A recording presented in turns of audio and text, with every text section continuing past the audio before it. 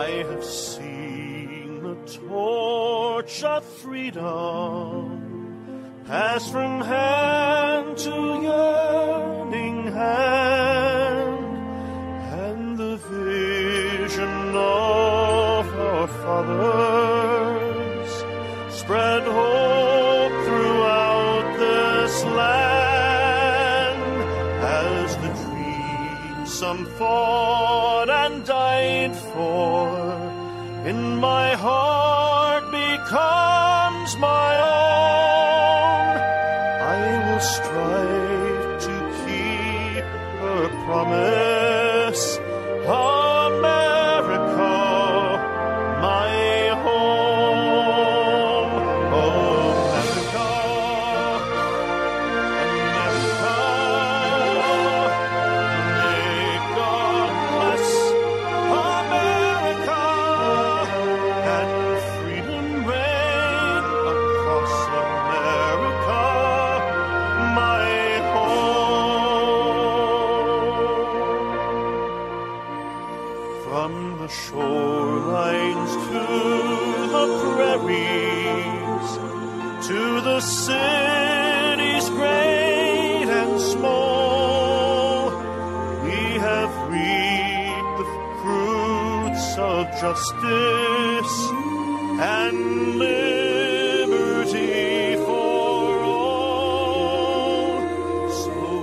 So with deep appreciation for the blessings of freedom that we know in this great land of ours, I'm Dr. George Simon, welcoming you to another edition of Character Matters. This is the program where we talk about what I consider to be the defining issue of our time, the character crisis plaguing much of the world. And tonight we're going to do some interesting talking about one of the main factors responsible for the character crisis, and that is our culture of narcissism and entitlement. And it's something I blogged about once again on my personal blog, which I invite you to visit at www.manipulative-people.com. I also blog at www.counselingwith2lsresource.com. Once again, those blogs are www.manipulative-people.com and counselingresource.com, counselingwith2lsresource.com, for my weekly blog posts. And also invite you to familiarize yourself with my books, In Sheep's Clothing, Understanding and Dealing with Manipulative People, Character Disturbance, The Phenomenon of Our Age, and The Judas Syndrome, written primarily for the Christian faith community.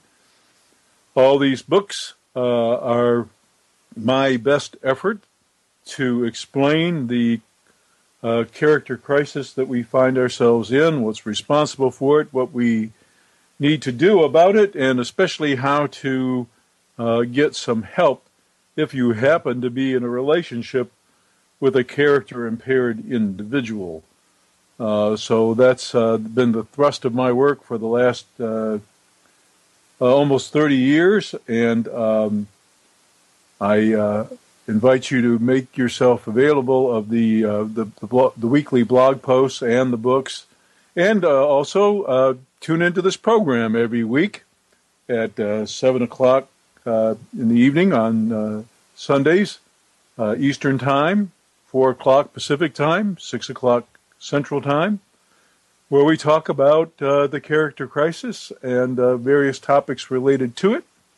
And if you want to join the discussion tonight, as I mentioned, we're going to be talking about our culture of narcissism and especially entitlement.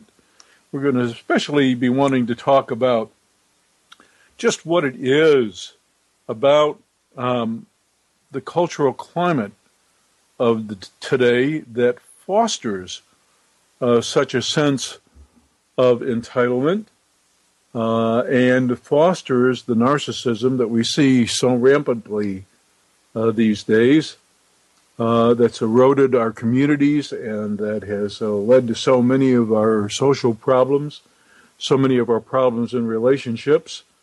And so if you have something you'd like to contribute, or if you have a question you want to ask, maybe you have a story you want to share, please join the conversation at 718-717-8296. That's 718-717-8296. Happy to take your call.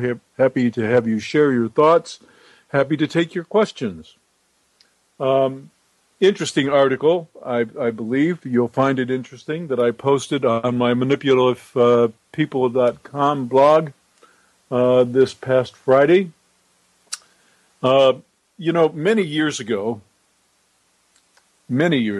back in the mid-'90s, when I started doing workshops and when I first published the first edition of In Sheep's Clothing, I was saying some things about character disturbance and some things especially about narcissism and narcissistic behavior, and especially about narcissistic personalities that was not popular at the time because it went against the grain of traditional thought.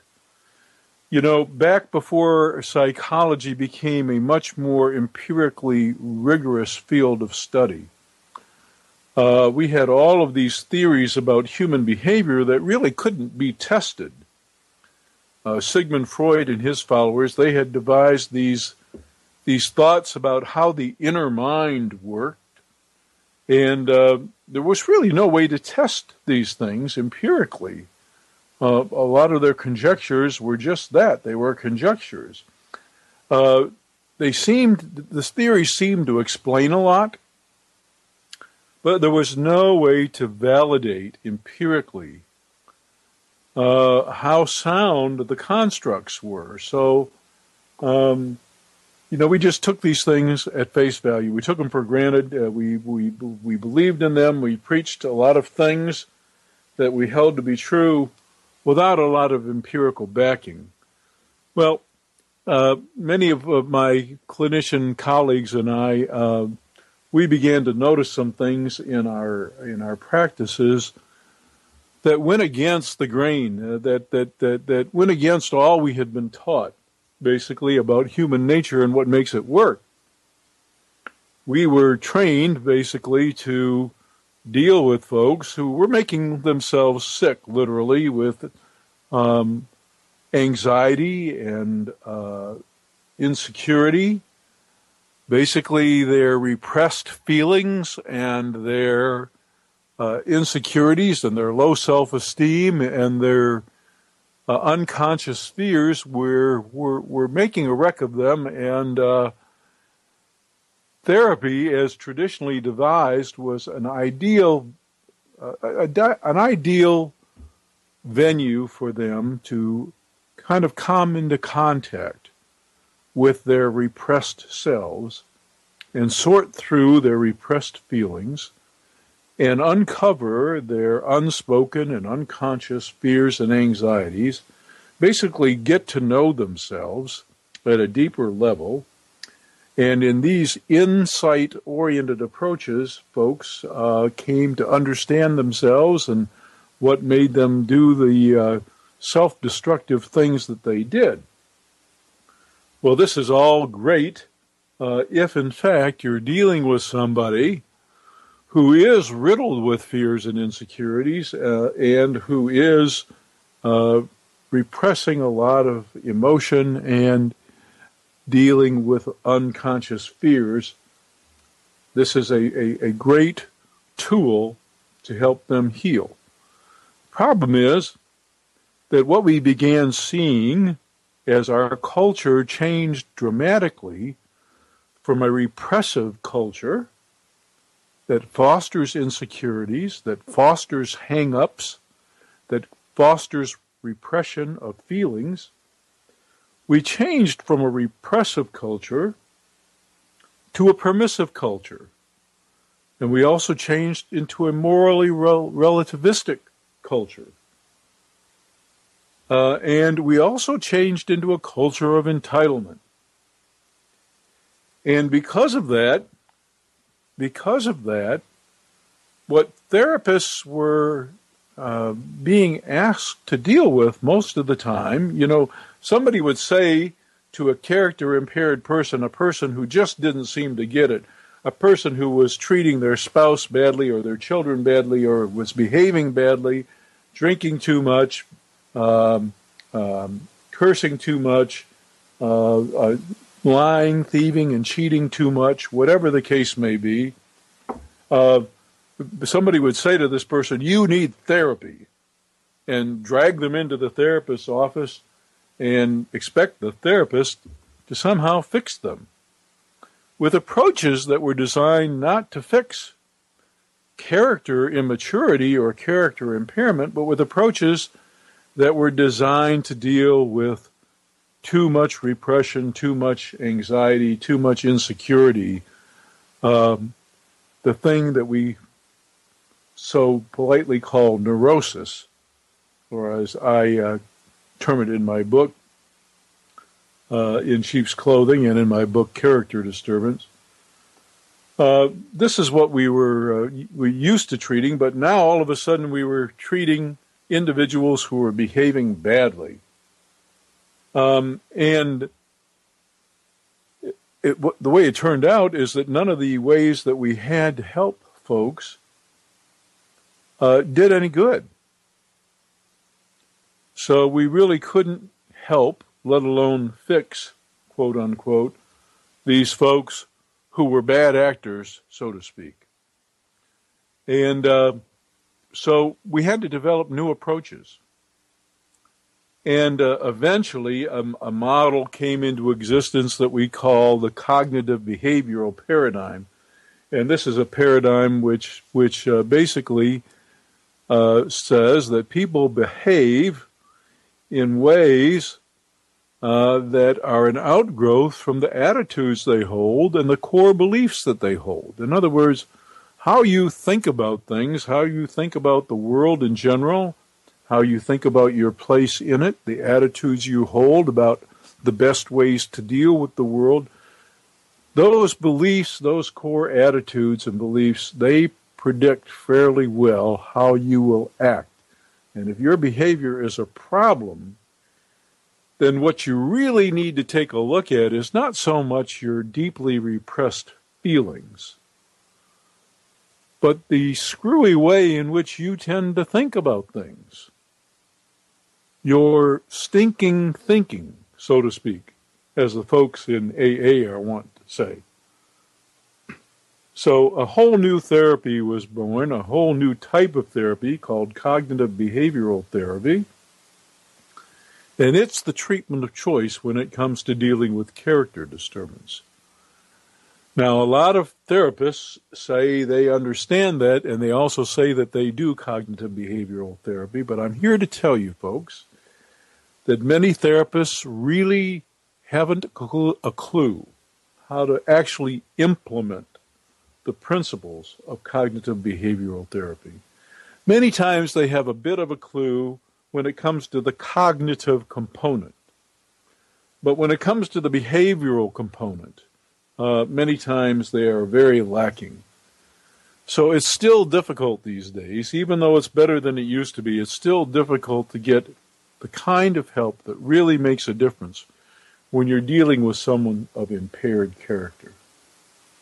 And one of the things that's really tough to deal with, and that's the topic of tonight's program and the topic of the blog posts that I have recently posted, especially on my blog at manipulative-people.com. One thing that's really tough to deal with is narcissism. You know, we used to think that narcissists were inherently insecure individuals who compensated for underlying and unconscious feelings of insecurity and an anxiousness about themselves and their worth by putting on a facade of greatness, of a bravado, of confidence. They acted all that, but underneath it, they really didn't feel all that. That's how we traditionally thought. And there's been a study done that recognizes that in fact there can be a type of narcissism that is the more neurotic variety. The study that defined the two types of anxiety is in the Psychological Bulletin, Volume 10. It's online. It was published online on the 29th of December.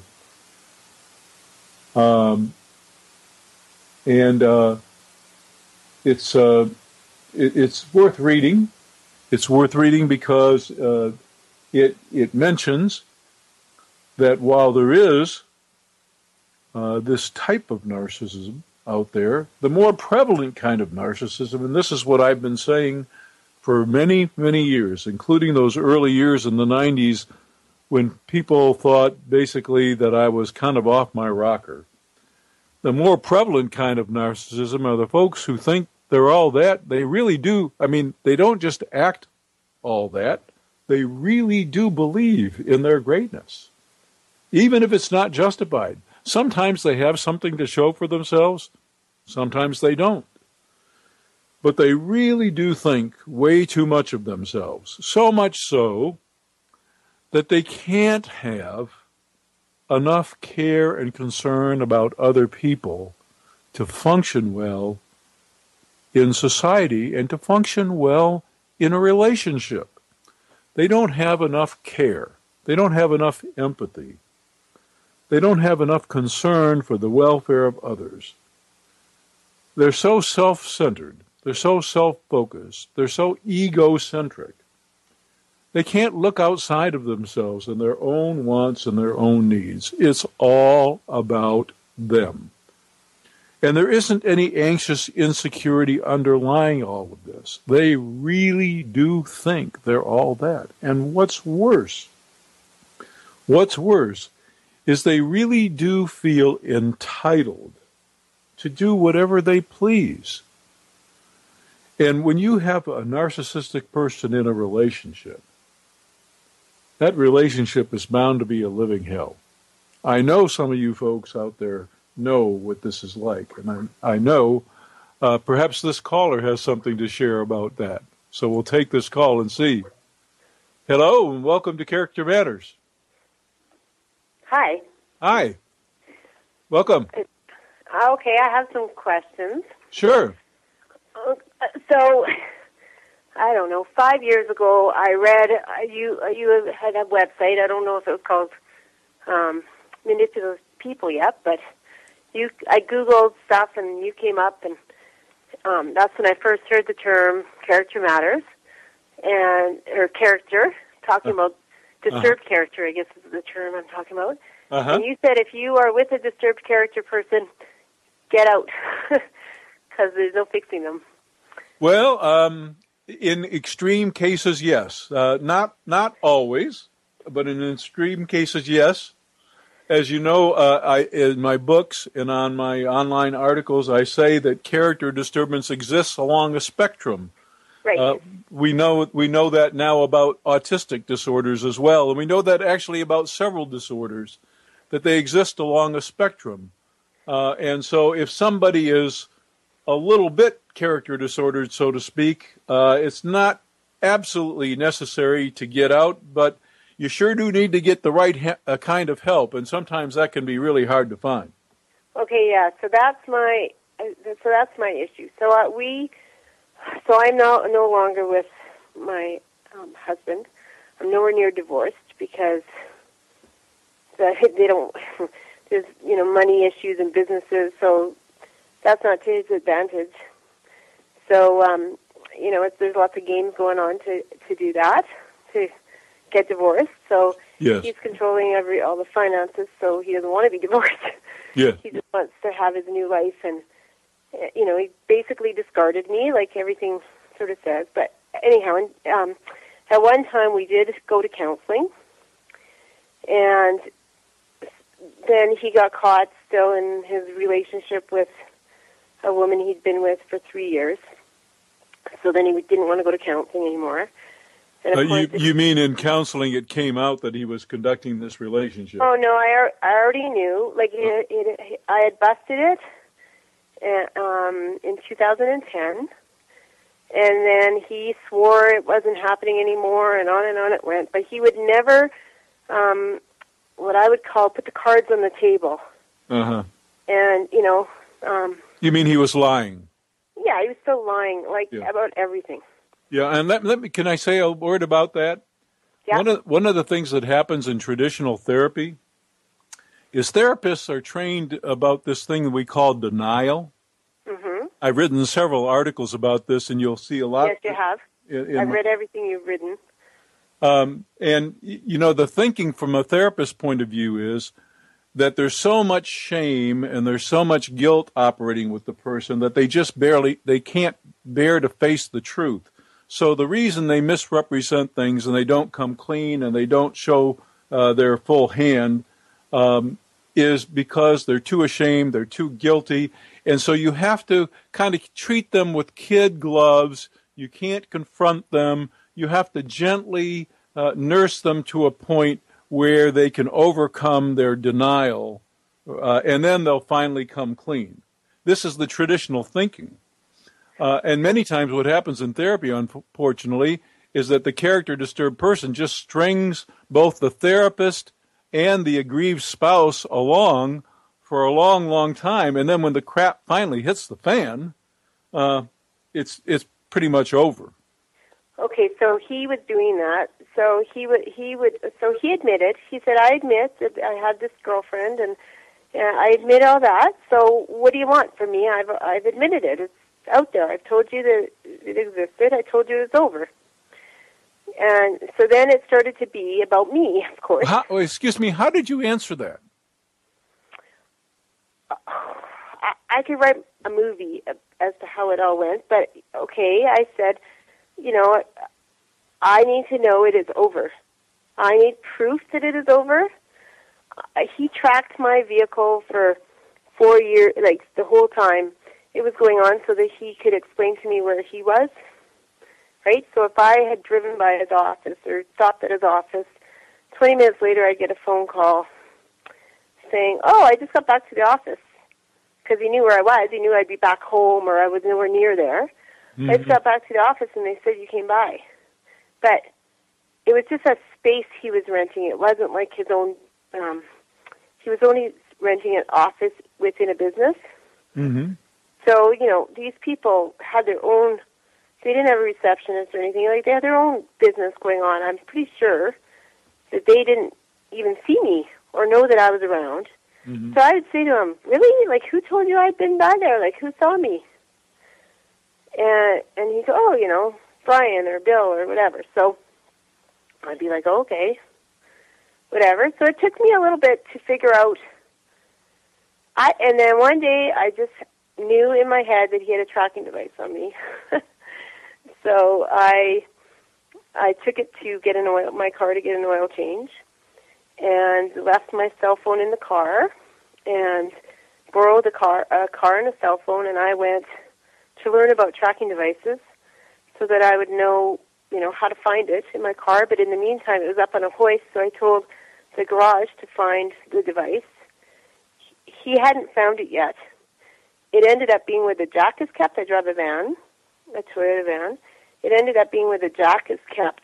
And before the mechanic found it, my husband had arrived and got something out of the back of the van, out of there, and put it in his pocket. Anyway, it's a very convoluted. Wow.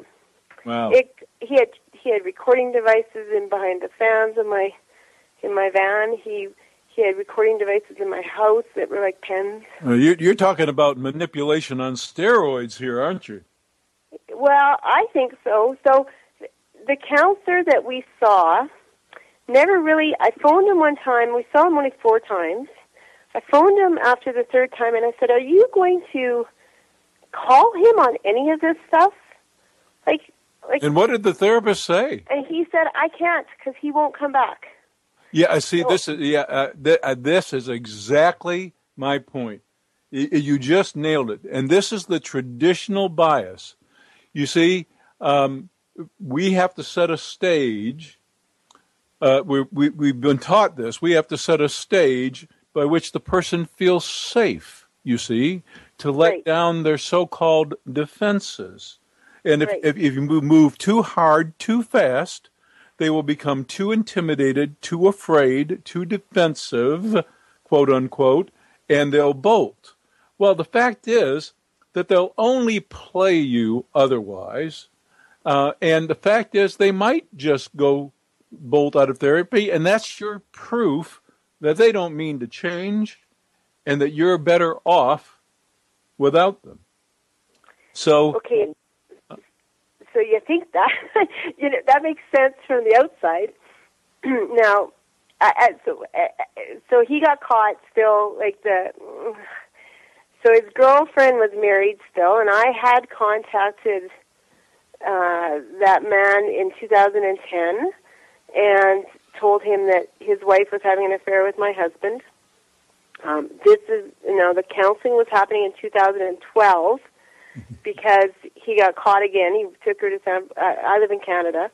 He took her to San Francisco on a so-called, it was a business trip he told me he was going on, and I tried to investigate what he was going to do. I told him, oh, well, who's paying for the ticket? He said, this company. And I said, well, they must have sent you emailed you the information. Well, of course, he could never get the email up on his phone, and he could never get he wasn't sending me the email, and why would I need that anyway? And, oh, God. Anyway, he on and on this went. So that woman's husband caught, when she came back, he had figured out what was going on. He found my husband's Visa card in her wallet. He figured it all out at that point. So they were going to try to make their marriage better, put their marriage back together. We were going to try to put our marriage back together. They were not going to see one another again. Of course, 6 weeks later, after we've been going to counseling, for 4 or 5 times we had gone, the husband uncovers communications between them again. Now, my husband did this, all his communications on his phone, which he had locked, or at his office, so that I couldn't access it. Mm-hmm. And so that man, the husband of the girlfriend, phoned me because we were now in contact since this San Francisco thing. So when they got caught again, so then my husband would not go back to the counseling. Told me it was, he wasn't seeing her. That was on and on and on it went.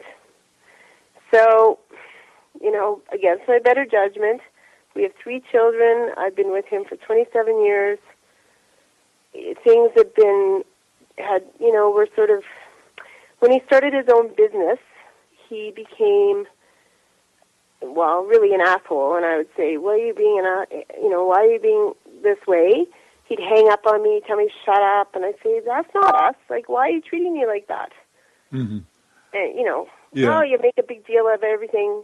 Whack, hang the phone up. I'd phone him back. Why are you hanging up on me? I phoned for a reason, It just went, you're bothering me. I'm busy. I'm always busy. He was always busy. He was always important. He was becoming more and more and more important. One of the things that I speak about at length in my articles and in my book is where the responsibility lies to repair damage in these kinds of abusive relationships. It's always on the character-impaired person. If they breach the trust, they've got to repair the trust. They did the damage. They have to repair the damage. And the problem is that they actually kind of sucker you into doing all the work, absolutely. And not just the physical work, the mental work, worrying about things, the emotional work. You get so consumed with, are they doing this? Are they doing that? Are they really telling me the truth and whatnot? And they don't feel the burden. They don't feel the burden of they don't accept the burden either of what they have to do to earn back the trust. And and that comment that you mentioned is so typical, that what do you want me to do? Kind of like they don't already know. They don't know. It's like they're pretending like they don't already know what it would take to build back trust. They certainly know what they would demand if the shoe were on the other foot and somebody had betrayed their trust. They know exactly what they would demand of the other person. So, well, no, actually, if you had had an affair, I would be over it by now. Well, good tactic. Good tactic. Yeah. Did you believe that? I just laughed. I said, yeah, well, your affair is not over, so, you're making that up, and, oh my God, I can write a book. Yeah. So my question, so I continually second-guess myself. He's been gone 22 months. He left myself and that girlfriend for yet another girlfriend. Why is that a woman surprise? that he had a past with came into the picture, and so he dumped both me and the girlfriend for this one. Mm-hmm. So what's your question? And I didn't know that I had read about your character disturbance. I had just read this, paragraph or whatever it was on the computer. I printed it, so I have it somewhere. But there wasn't all this information that comes up on the computer now. And your website wasn't as developed, and I don't think anyway at the time. And so I didn't know about narcissism. And I'm a middle-aged woman. We didn't talk about narcissists, and that's a newer thing that people talk about. And so this counselor we saw together. I went to him after he left. He said, your husband is a narcissist without any doubt in my mind. You need to learn about narcissism, which is when I started learning and reading on the internet. And I got your book. That's when I learned all the stuff I've learned. And then I went back to him because I then found out that he had actually left for this third woman. And, I wasn't handling it very well. And he said, your husband is a psychopath. I can't give you, I'm not going to say I'm diagnosing that because it's a huge diagnosis. But I have met very few people that are to the extreme of him, and he is a psychopath. Mm-hmm. You need to learn more about psychopaths. So now this is the same therapist that told you that? Yes. Uh-huh. And do you know the difference between your garden variety narcissist and a psychopath? No, to be honest, it's very foggy. Well, let me make this. I'll oversimplify it just a little bit for the benefit of the listeners, because I have several articles on narcissism and malignant narcissism, which is the characteristic that psychopaths have. Right. But most narcissists have a limited degree of empathy. In other words, they have a limited capacity to care for others. And they're so self-focused that they just don't give much care to others' welfare. Psychopaths, on the other hand, have a very malignant form of narcissism. They have a marked deficiency in empathy. Either they have no capacity for empathy at all. In other words, the way their brains work, they can't even experience empathy. Or if they have a little bit of it, or if they have some capacity for it, they have this incredible ability to turn it off, just like a light switch. We call it compartmentalization. They can just completely wall it off. And that enables them to use and exploit others at will without any compunction, without any nervousness, without any hesitation. They just basically use people. And not all psychopaths are predators or criminals. A higher percentage than normal of criminals are psychopaths, but psychopaths can also be heads of corporations. They can be entrepreneurs. They can be the person next door. What really defines them is the absence of empathy that leads them to callously and senselessly, and here's the key word, remorselessly use and abuse others. They don't have any compunction about it. They go through people like water. Why is it any surprise that he's already found somebody new? It's no surprise if he's a psychopath. Now, well, he left for her, and she brought money to the game, so she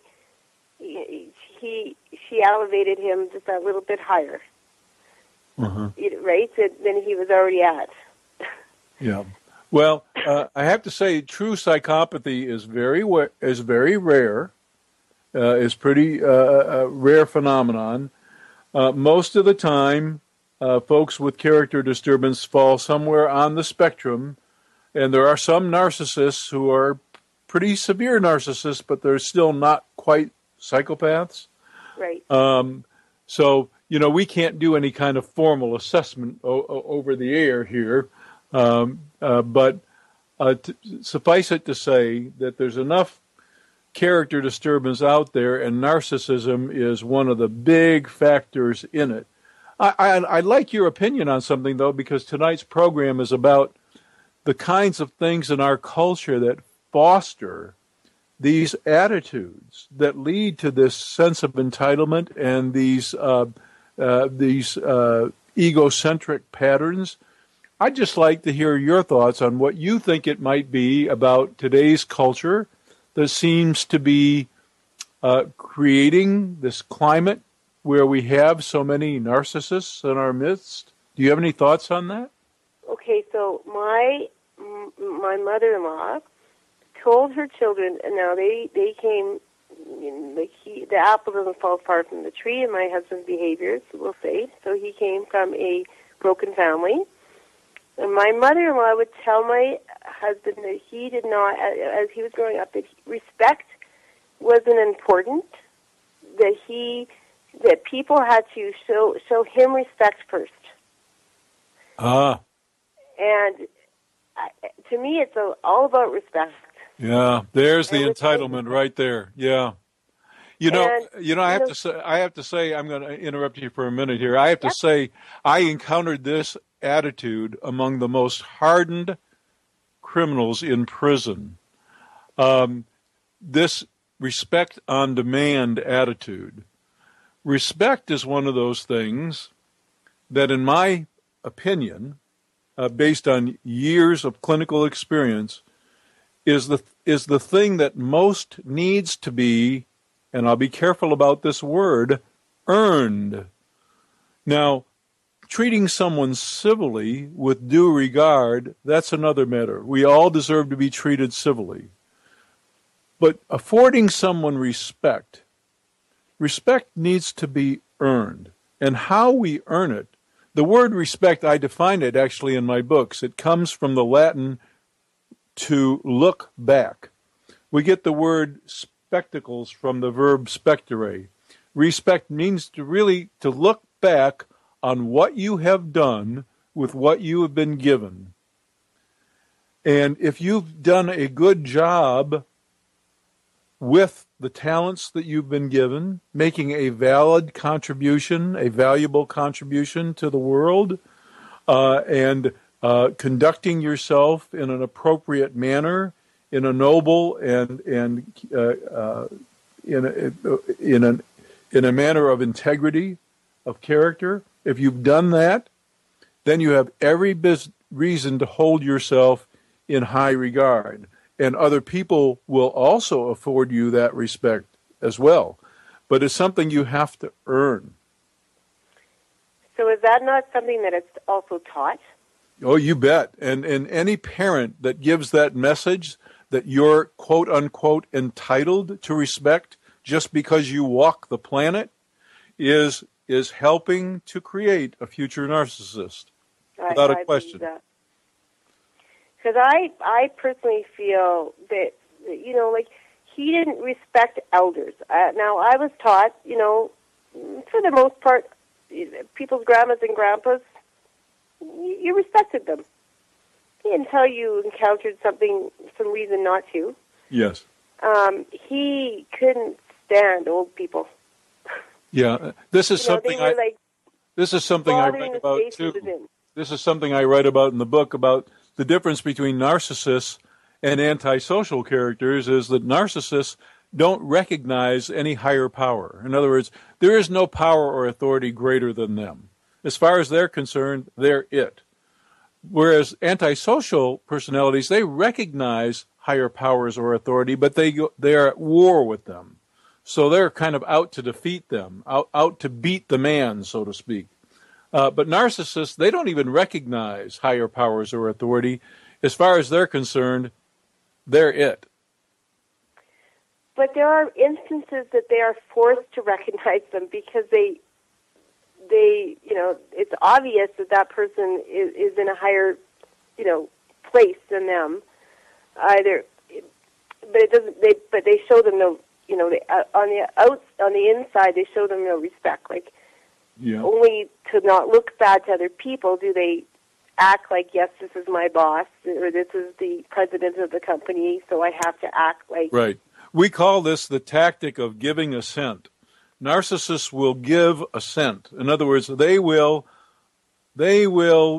kind of go along. They will see a practical need to kind of cave in to somebody else's external demands, but in their heart of heart, they really do not respect the authority of anyone else. Whether they're older, wiser, more experienced, it doesn't matter. They may give surface level assent, but in their heart of hearts, they do not see it that way. And it's a tactic, it's a habitual behavior that blocks their ability to have any real respect for any higher power or authority. So, and that I think, so I have 3 children, and I do not, the jury's sort of out still on whether this kind of can come up through genetics or not. How much is learned and how much is nature, like how much comes genetically to them. Yeah. I don't know if you have, I don't recall reading too much about that. Yeah, I speak about that at length. In my book, Character Disturbance, I speak about that at length. Oh, and as far as we know, I have read it. and as far as we know, I mean, it is a mixture of both. And also, it varies from person to person, which is the stronger influence. I know individuals who have come out of the worst environments, who are unbelievably good character. I find myself scratching my head, and I say to myself, how did they turn out so decent, given what they came out of? Mm-hmm. And then I've seen some people come out of the very best environments, had every good kind of upbringing you could think of, and they were just rotten to the core. So how big a factor nature plays over environment, it varies from person to person. It's always a mixture of both. Some folks, however, appear to be kind of hardwired, and other folks appear to be have been more shaped by their environment. Both are important, and it just depends on the individual. Each individual is different. Yeah. Well, I certainly hope that things are better for you now. I certainly hope the material that I have out there online and in my books has helped you some. Has it? Yeah, yes. Well, what it has helped is because I've been told for the last for sure the last 15 years of my life that I didn't measure up. Yeah. Everything I did was measured. Yeah. I didn't clean the house well enough. Everything I did was measured. Where I was, how long I talked on the phone, whether I should be talking on the phone, whether I made enough food for dinner. On and on it went. Yeah. It was constant measuring. So reading all your material helps put it in perspective. It helps you understand that these people actually do exist, that, there's someone like you doing mega research and, giving all your experiences with these kind of people, and it sort of validates you a little bit in your, are you crazy? Is it your fault? Is it truly all these things that you've done wrong? Right. So you recognize these things as tactics now, and you recognize that in that narcissism, naturally everybody's going to be looked at as inferior and never able to measure up, because nobody can come up to the standard that they set. There's another great psychologist by the name of Stanton Samanow who has a perfect descriptor line for these folks, and that they are legends in their own minds. Oh, absolutely. Yes. That's how my brothers describe him, actually. Yeah. Well, I'm so glad that things are better for you. I'm so glad that the information I have out there has helped you, and I thank you for sharing your thoughts on one of the things you think fosters narcissism. I certainly agree. What I wouldn't mind seeing from you actually is a little bit more information about how you can maybe make sure you're not fostering narcissism. Oh, now you're kind of leading. Try not to. Yeah, now you're kind of leading into the best part of my book, Character Disturbance. In Character Disturbance, I have what I call the 10 Commandments of Character Development. Yes, you do. Okay. These are the things that you have to teach successfully a child in order to have them develop decent character. And one of the first things is that they're not entitled to anything. That this whole life is a gift. Well, however you want to see it. If you want to be completely secular about it, if you want to be completely agnostic about it, this life is a miraculous gift of nature. Nobody earned it. There's not a person born on the planet that said, okay, I've done this and this and this and this and this, now I deserve to be born. It's a gift. You're either going to see it secularly as a miracle of nature, a benign and wonderful and fortuitous accident of nature, or if you're a person of faith, you're going to see it as a gift from God, from the creative force of this universe. Mm-hmm. And if in seeing this gift, you feel beholden, you feel indebted, you feel grateful for this gift, then you don't take anything for granted, and you feel obligated to make of this life something that honors the gift giver. This is so essential to character formation. All the major faiths in the world have known this forever, which is why they incorporate something in their belief system to address this issue. There is nothing more fundamental to character formation than that. And parents who give their children messages that they are so special, or that they are God's gift, or that they don't owe anything, or that this life is not a miracle to be treasured and valued, they're going to raise a narcissist.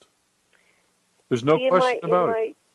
In my mother-in-law's case, like in my husband's case, I believe he was one of the few divorced, kids from a divorced family in a Catholic school. In our school system is public and Catholic, and it's basically all public, but for whatever reason we had two systems. Anyway, so in a Catholic school there weren't as many divorces in the 70s when his parents got divorced, and so he was one of the few. So in my thought process when she told me that, because I said, he doesn't respect anything. Like, this is after we're married, and I'm like, what? Where is this? There's no respect. Like, he doesn't even respect her. Mm-hmm. And she, I think, was trying to make up for the fact that he was different than the other kids. he didn't have two parents at home. You know, he had parents that had two houses. He was going back and forth between homes. Mm-hmm. With a brother. He had a younger brother as well. Well, there's almost always a reason, but there are some essential things that we must do in rearing children, and regard for this wonderful gift that is life, and a deeply felt obligation. You know, once again, I'll quote Stanton Samanow here, because he's one of the great thinkers of our time when it comes to character disturbance. But he said, of all of the characteristics that people who do bad things have, the deficient sense of obligation is probably the most telling and the most predictive of dysfunction. In other words, if there's no feelings of obligation, that I owe something, that I have a debt to pay, and that it's my responsibility to make of myself the kind of person that will make a positive contribution, not just to my relationship, but to the society at large. If I don't have that sense of obligation, everything goes to hell in a handbasket. And that has to be nurtured very early on. From the earliest days, you can never start too early with a child, because children are natural narcissists. From the very minute they're born, they think the world revolves around them, and they think that others are there to meet their needs. They have to learn differently. They have to learn that basically they're entitled to nothing, and that everything that comes their way in a positive way, even the love they get from loving parents like that, it's a gift to be treasured and to feel indebted about.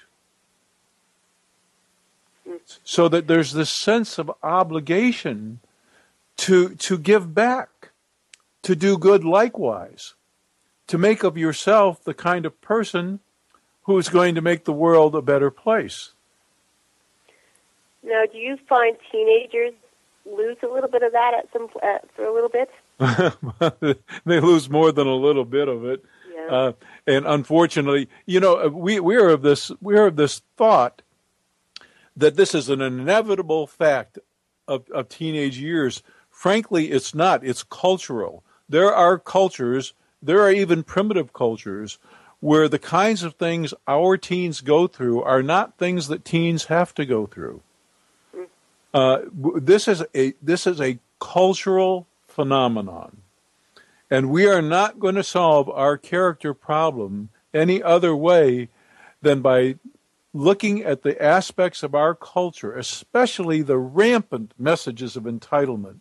Oh my gosh, in the media especially, we are just inundated with these messages of entitlement, and messages of permissiveness, and messages of grandiosity and exhibitionism. With the advent of social media especially, everybody just wants to toot their own horn and basically show themselves off.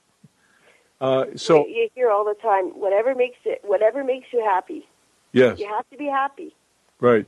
Yeah, and you're entitled. At the expense of others. Yeah. Yeah.